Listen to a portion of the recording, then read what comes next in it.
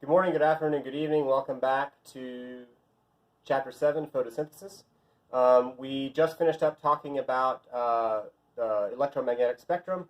Remember, the electromagnetic spectrum is a very large band of energy, radiant energy we call it, and that this stuff that we call visible light is a very narrow section of it. Visible light is only those waves that have a wavelength of between 380 nanometers to 750 nanometers. Remember that the shorter the wavelength, the more energy. And so the shorter wavelength is closer to violet. The longer the wavelength, the less energy. The longer the wavelength, the closer to red. Remember the rhyme you learned in elementary school, Roy G. Biv. Red, orange, yellow, green, blue, indigo, violet. That is the order of the colors we can see in this picture from the last video. Red, orange, yellow, green, blue, indigo, violet. This is the spectrum. This is the 750 nanometer end. This is a 380 nanometer end. If the wavelength is longer than that, there's not enough energy in it and plants can't use it. If the wavelength is shorter than that, there's too much energy in it and plants can't use it. Only this very narrow little band. 350 nanometers to 380 to 750 nanometers. That's all that plants can use. Also, coincidentally enough, that's all that we can see is that same very narrow band. Let's talk about how we see light for just a minute. The way we see light is in white light are all of the colors of the spectrum, that Roy G. Biv that we just looked at.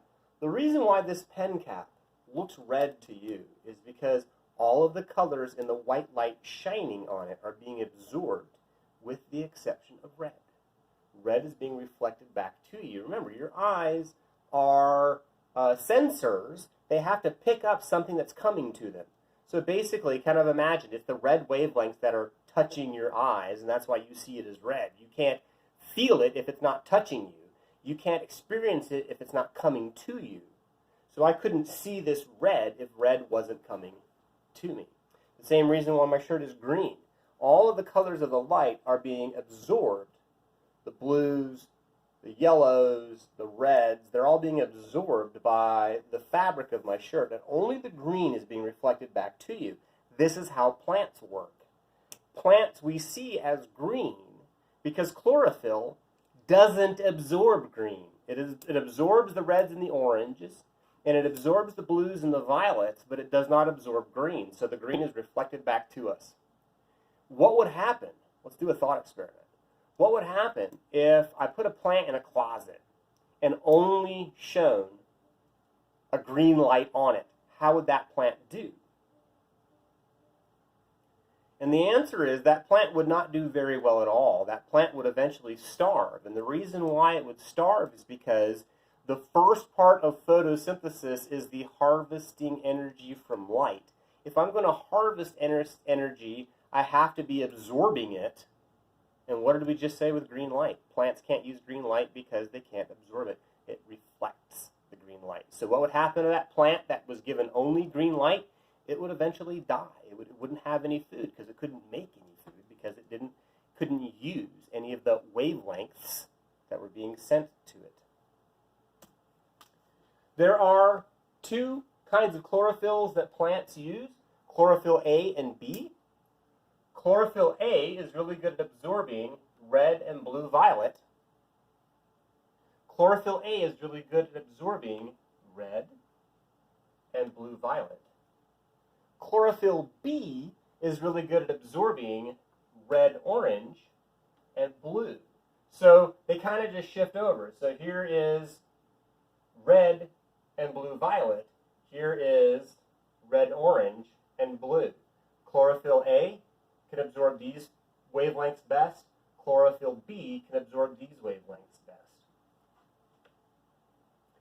Regardless of what they absorb really good, they reflect green. That's why plants look green.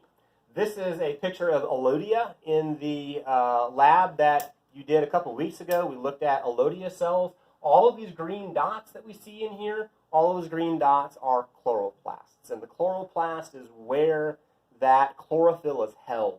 the chloroplast is the organelle responsible for this process we call photosynthesis.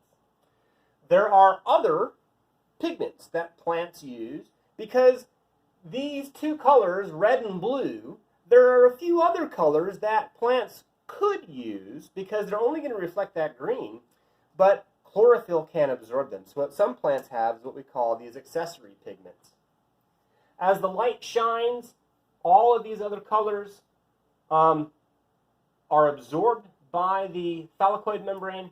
Green is reflected back, and green does also shine through.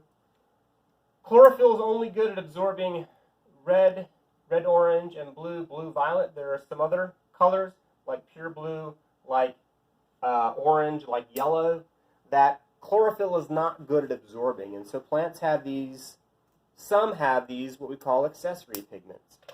Accessory pigments, also called antenna pigments. What does the antenna allow your TV to do? Old TVs.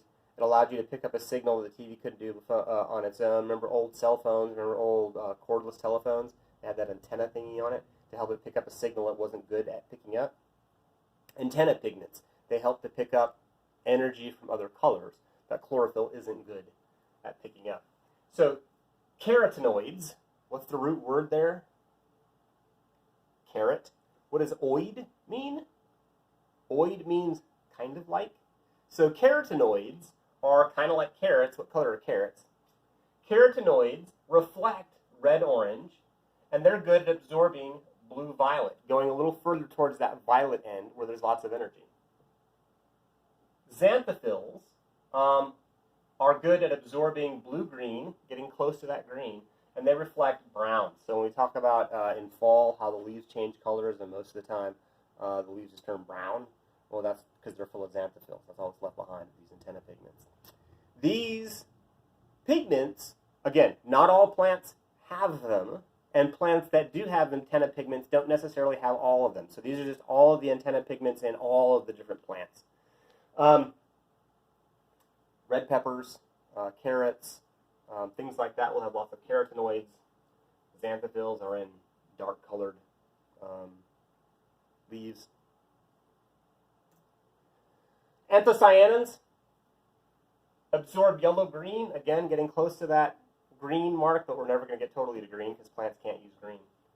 Anthocyanins will reflect very deep red to purples. This is very deep red because it's full of anthocyanins. Phycobilins also absorb yellow-green, and they reflect purple and blue. So blueberries are blue because they're full of phycobilins. These are antenna pigments, and the job of these antenna pigments are to help the plant get energy from wavelengths that it's not very good at absorbing. Some bacteria are photosynthetic. Not all, but some are. Photosynthetic bacteria will keep their photosynthetic pigments within their cell membrane. Remember, there are no organelles inside of the bacterium, so you can't have a chloroplast inside of a bacterium. So there's no place to put your photosynthetic pigments, not like in a chloroplast. So what they have to do is they have to embed them in their cell membrane. If it's in a eukaryote, the photosynthetic pigments are always going to be embedded within that thylakoid, within the chloroplast. So it depends on the kind of life it is as to where their photosynthetic pigments are located. Chloroplasts are specially made for photosynthesis, and therefore they're really good at it. Bacteria are okay at photosynthesis, but they're not as good at it as eukaryotes are because they don't have these membrane-bound organelles.